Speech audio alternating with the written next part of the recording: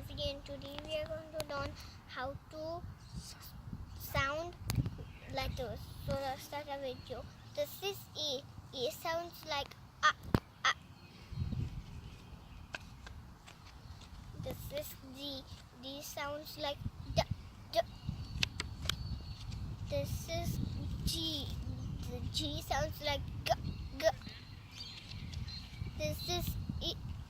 And E sounds like I sounds like A. A. And M sounds like mm. And this is N, and N sounds like mm. This is O, and O sounds like A. A. And this is P, and P sounds like Pa.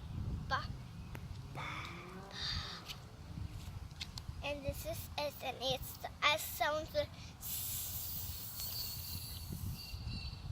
And T sounds like T. T.